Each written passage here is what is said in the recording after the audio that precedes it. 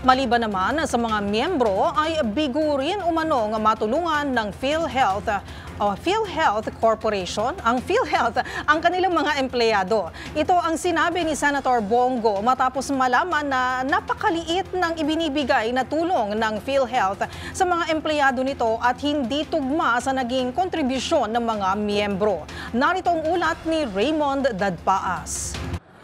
Hindi lang mga miyembro, kundi mismo mga empleyado ng PhilHealth o Philippine Health Insurance Corporation ang hindi natutulungan. Ito ang inilahad ni Senador Christopher Bongo sa pagdinig ng Senate Committee on Health sa kino-question nilang pagdilipat sa halos 90 billion pesos na pondo ng PhilHealth pabalik sa National Treasury. Ayon kay Go, isang empleyado ng PhilHealth na nakabase sa kapis ang bigong matulungan ng ahensya.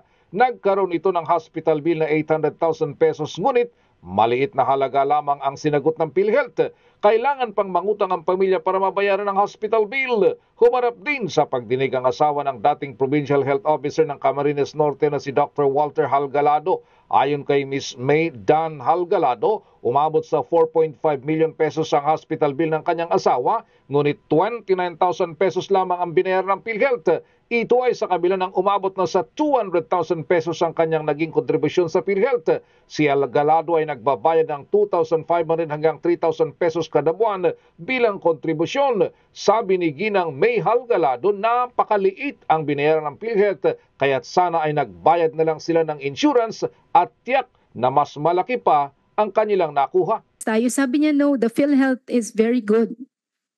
So hindi siya kumuha. Tapos nung namatay siya, hindi ko matakbuhan yung PhilHealth. At sobrang unfair. Parang kami, wala kaming choice. We have to pay. Sana hinulog ko na lang sa insurance ko.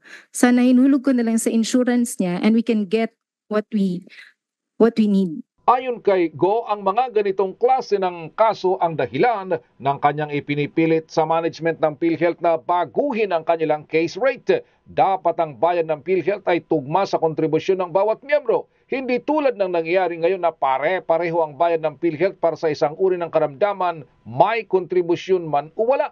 Hindi nagugusto ng senador ang laging sagot ni PhilHealth President and CEO Emmanuel Ledesma Jr. na pag-aaralan ang kanilang rekomendasyon.